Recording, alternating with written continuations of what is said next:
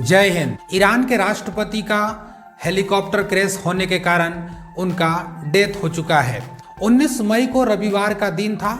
उसी समय यह घटना हुआ था जिनमें कि ईरान के जो राष्ट्रपति थे इब्राहिम रईसी साहब, उनका डेथ हो चुका था।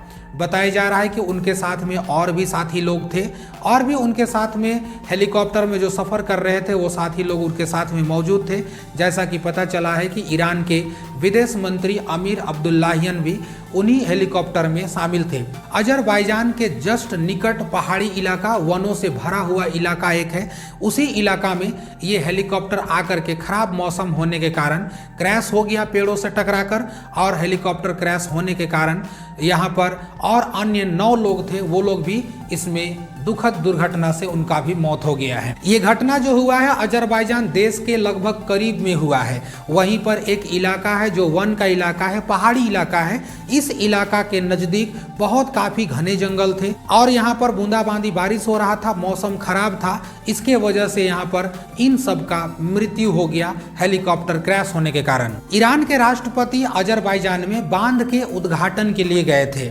बांध का उद्घाटन वहां होना था जिसमें कि दो बांध थे, जिसमें एक बांध का नाम था कीच क्लासी और दूसरा बांध का नाम था खोदाफरीन बांध। इन्हीं दोनों बांध को उद्घाटन के लिए ईरान के राष्ट्रपति और विदेश मंत्री वहां गए थे और वहां से जब बांध का उद्घाटन करके लौट रहे थे तब जाकर के उनका दुखद दुर्घटना हुआ और दुर्घटना के कारण सभी लोगों की मौत हो गई। काफ़ी मौसम खराब होने के कारण वहां पर छानबीन में काफ़ी देरी हो गई और यह अंदाज़ा लगाया जाने लगा कि जो यहाँ पर दुर्घटना हुई है, इस दुर्घटना से किसी भी लोगों का बचना बिल्कुल नामुमकिन है। और वैसा ही हुआ। बाद में रिपोर्ट मीडिया के तरफ से आया और काफ़ी न्यूज और काफ़ी इमेजेस वायरल हुए जिसमें कि ये पता चला कि अमीर अब्दुल्लाहियन जो विदेश मंत्री थे और ईरान के जो राष्ट्रपति थे उनका भी दुखद देहांत हो गया है। गौर करने की बात यह है ना कि अधिकारियों के द्वारा बताया गया था कि उससे पहले मौसम काफ़ी क्लियर था और वहीं से उड़ान उन्होंने भरा था, लेकिन देखते देखते मौसम काफ़ी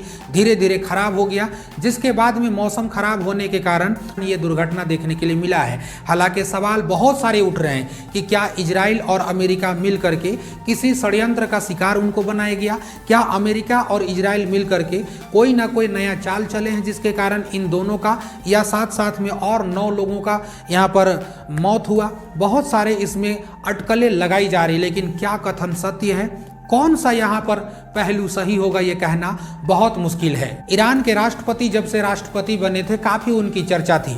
2021 में उनको राष्ट्रपति पद को संभालने के लिए चुना गया था और वही समय से अपने राष्ट्रपति की गरिमा को वो लेकर के चल रहे थे और बताया जा रहा है कि लगभग 63 साल का उम्र उनका हो चुका था। अब इनके मौत के बाद विदेशी प्रतिक्रिया आना तो लाजमी बनता है। चीन, मिस्र के अलावा और बहुत सारे यूरोपीय संघ, यहाँ तक कि भारत ने भी अपना संवेदना व्यक्त किया है इस घटना के ऊपर। अधिकारियों ने यह भी बताया कि यह जो हेलीकॉप्टर क्रैश हुआ है इसको अमेरिका में बनाया गया था, यह अमेरिका का बना हुआ था।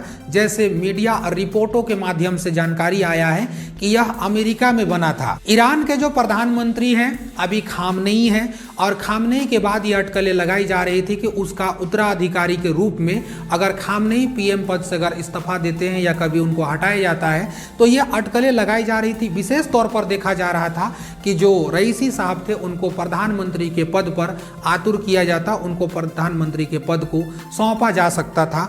ऐसा अटकलें लगाई जा रही थी। बहुत समय से ये उठ भी रहा था कि अगर खामनेई अगर अपने प्रधानमंत्री पद को अगर छोड़ते हैं तो फिर जा करके जो इब्राहिम रईसी साहब थे उनको ही ये पद मिलने वाला था।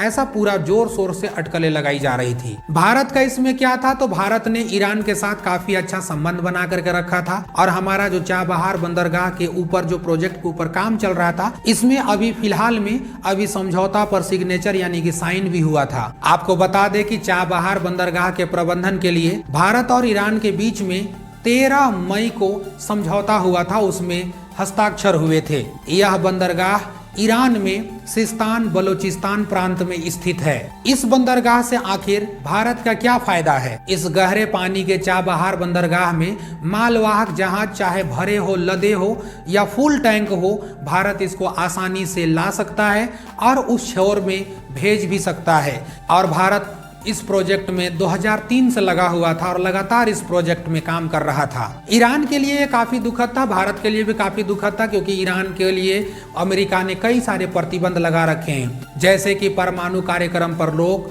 मानव अधिकार उल्लंघन पर रोक। इसके लिए बहुत सारे कंपनी और बहुत सारे देशों ने ईरान के साथ अपना समझौता तोड़ करके उनसे अपना समझौता को बरी कर लिया था। लेकिन भारत एक ऐसा देश था जिसने ईरान के साथ अपना समझौता को बरकरार रखा और लगातार चाबहार बंदरगाह पर इन्होंने काम किया और काफी पहले अभी समझौता हुआ था और ये लगभग अभी चल भी रहा है। हालांकि ईरान पर ये कोई पहला दबाव नहीं है। इजराइल और अमेरिका मिल करके ईरान को चाहते हैं कि किसी भी तरीका से उनको दबाया जाए और किसी भी तरीका से उनको पावरफुल बनने से रोका जाए। हालांकि इस चीज़ में ईरान कितना आगे निकल पाया है, कितना नहीं निकल पाया है, ये हम लोग किसी अन्य वीडियो में चर्चा करेंगे।